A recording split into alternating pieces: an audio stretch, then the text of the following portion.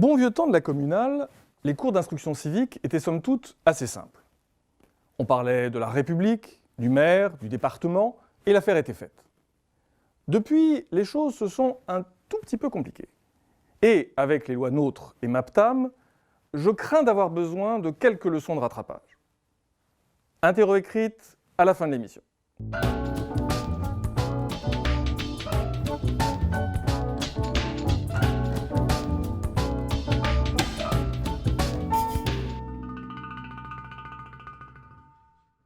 Le paysage territorial a beaucoup changé, et les lois NOTRe et MAPTAM vont encore amplifier ce changement. Alors, en quoi va consister ce grand chambardement, et quelle sera la future place du siège dans ce nouveau décor? Tout d'abord, pourquoi ces lois? Il faut savoir que ces lois interviennent dans un contexte économique, politique et sociétal troublé.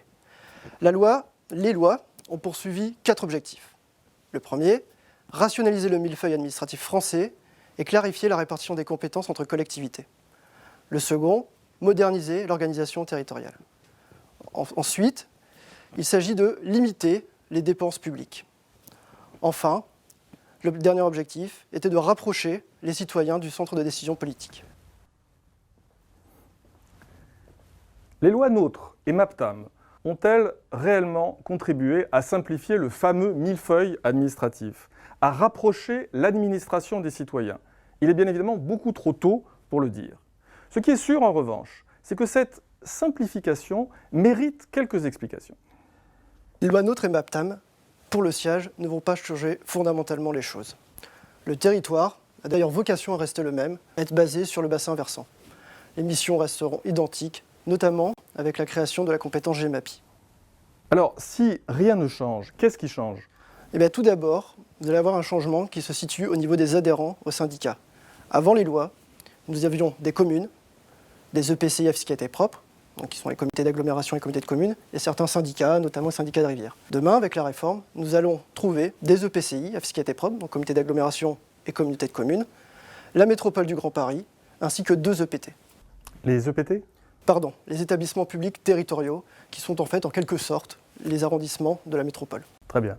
Et ces nouveaux adhérents, est-ce qu'ils auront tous les mêmes compétences? Est-ce qu'ils seront concernés par les mêmes compétences? Non, et c'est le second changement. Avant la réforme, les communes de l'aval étaient concernées par l'assainissement et la gestion des eaux.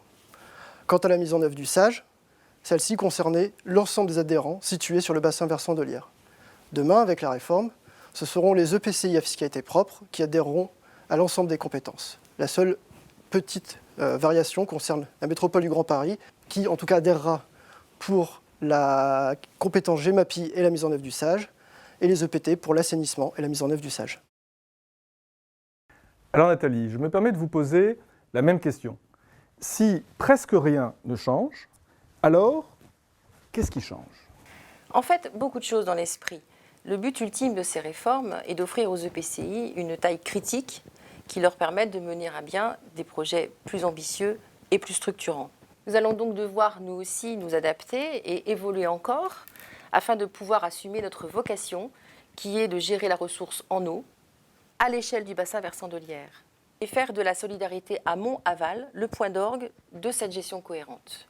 J'insiste sur le fait que dans le domaine de l'eau, le bassin versant, qui est un territoire géographique naturel, est la seule échelle pertinente pour mener une politique publique efficace.